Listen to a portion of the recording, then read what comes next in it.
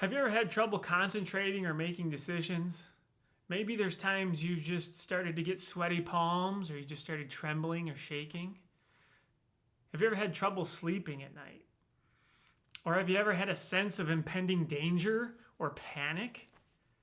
Well, you're probably thinking, oh my God, I have anxiety. And it's quite possible that if you're feeling some or all of these things, you're experiencing anxiety. My name's Adam. And the first time I experienced anxiety, it happened when I was at work. It was lunchtime. I was sitting at my desk and I was deciding what I was going to order for lunch when I started to kind of feel weird. I didn't really think much of it. So I just grabbed my phone. I looked up the number to the restaurant down the street. And as I started typing the name of the restaurant into the phone, I felt this sudden feeling of being scared. Even though I'm safe in the office, I just didn't feel right. Then I got this tightness in my chest. Now, I didn't know what was happening. I stood up and I'm thinking, I'm having a heart attack. And then I got scared. I got this tightness in my chest and almost as if somebody's standing on my chest. So I put my hands on my head like this and I just took a few deep breaths. Just breathing in and out, and it didn't go away. So I started to walk to the bathroom. I didn't know what to do. And as I took a few steps, I just felt this release and tightness in my chest start to melt away. And my hands were shaking, my palms were sweaty. And then I began to kind of feel normal again. But this really felt like it took about 20, 25 minutes. It only took less than 5. I walked outside to get some fresh air, and on the way outside, I shared this story with a coworker and told him what happened. And he said, "Dude, you probably just had an anxiety attack." And I'm thinking to myself, an anxiety attack? What? So after work, I got online, I researched the symptoms, which you got to be careful. You know what it's like when you research things. You can go down this deep rabbit hole. But as I started to realize the symptoms of what was going on, I'm like, holy shit, I had an anxiety attack. Now, luckily for me, I've never had that feeling again. But looking back on that moment, there were only 2 things that I believe brought it on. I was drinking Red Bull at the time, and I was worried about things and hitting goals. Now, I'll save what I found out about the Red Bull for another video. But being stressed and having worried thoughts or negative things happening is what probably brought on the attack. So I share this story because all of these things happen to people every single day. And as of September of 2023, over 40 million adults have had an anxiety disorder in the United States. And according to the U.S. Census Bureau of Household Pulse Survey, nearly 1/3 of adults reported anxiety and depression symptoms in 2023. Worldwide anxiety disorders are the most common disorders in the world. Now, I created this YouTube channel, The Adaptive Mind, to share what helped me and to educate others on natural ways to reduce anxiety and stress. Now, I'm not a doctor, nor am I a therapist. I'm not giving any medical advice at all. I share this information and techniques that I research and practice that help me reduce anxiety and stress that occur in my life, and I hope it helps you. But before we get into things, I do want to help you understand or just identify what anxiety is. Anxiety is a feeling of worry, nervousness, or unease about something with an uncertain outcome. It often involves worrying and negative thinking, typically about things that have happened in the past or may occur in the future. Anxiety is a natural reaction to stress and can be helpful in certain situations like preparing for a test or even a job interview. However, when anxiety becomes overwhelming or starts interfering with daily life, that's when it can become a sign of an anxiety disorder.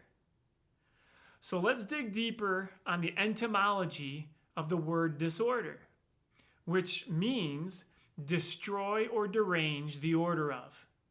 or throw into confusion. Now let's look at the medical definition for the word disorder. An abnormal condition that affects the body's function but may or may not have specific signs and symptoms. A disorder may indicate that a specific disease is present, but there is usually not enough evidence to make a diagnosis. Now look, I don't really care for this medical definition. I don't like it because it literally reads, there's usually not enough evidence. Come on. If you don't have enough evidence or unsure, why would you even inform anyone or somebody is having a disorder if you don't even have enough evidence? So let's look at the medical definition again. A disorder may indicate that a specific disease is present. Now it's talking about a disease. Well, let's define what a disease is. So disease or dis-ease, we'll split it up. According to Grammarly.com, the prefix dis is added to the beginning of base words that means not or opposite of. It can also be attached to verbs to show undoing of an action. Now, if we look at the word ease, such as at ease, means at rest, at peace, or in comfort. So disease means not at ease or not at peace. And hearing the definition this way, it hits different. So when you hear somebody say anxiety is a disorder, it means a feeling of worry or nervousness about something with an uncertain outcome, and your thoughts are not at peace. Now let's take this a step further. We'll break down the word disorder. So the prefix dis, we know, is not or opposite of. Okay, that we already know. Now let's look at the word order. Order is a state in which everything is in its correct or appropriate place. Now let's put the two together. Disorder, right? Disorder, not a state in which everything is in its correct order or appropriate place. So let's put the word anxiety in front of disorder. So we have anxiety disorder, right? Anxiety, a feeling of worry, nervousness, or unease about something with an uncertain outcome. Disorder, not a state in which everything is in its correct order or appropriate place. Now you see, we begin to understand what this stuff really means. Anxiety disorder is not a scary, untreatable disease at all. So now let's go a step further. Let's look at the etymology of the word order as defined by Wiktionary. So order, from Latin ordium, which also is related to Latin ordior, meaning beginning, or literally begin to weave. Have you ever seen what a loom before? A loom is a machine or a device that holds threads and helps you weave them together. Weaving is a process of making cloth by interlacing the threads. If the threads begin to become out of order, you begin to have a tangled mess. You have to stop the loom, fix the threads, start the loom so you can begin weaving and making fabric again. So the loom is your brain, and the threads are your thoughts. If your thoughts start to become out of order, it's possible to get anxiety, which is a tangled mess. You have to stop your brain, fix your thoughts, start your brain again. So if you don't address those thoughts, from being out of order, your brain will weave itself into a tangled mess, turning into anxiety.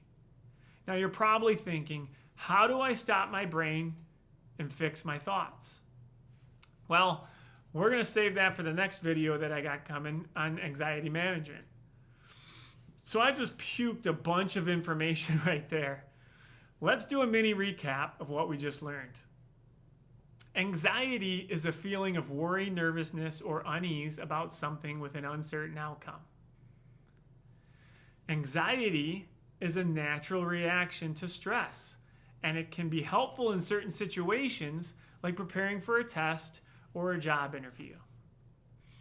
However, when anxiety becomes overwhelming, it may start to interfere with daily life. And anxiety is said to be a disorder or a disease, but only if it only becomes that if you let your thoughts get out of order. Anxiety happens, it only becomes a problem when things become out of order. Okay, now you have my perspective on anxiety. Now, understanding anxiety is the first step of many when walking the path of building a strong and adaptive mind. This is my first video. Thank you for watching. Watch a few others. And if you like what you're watching and you found it helpful, please hit that subscribe button and share it with a friend. Thank you, and stay strong.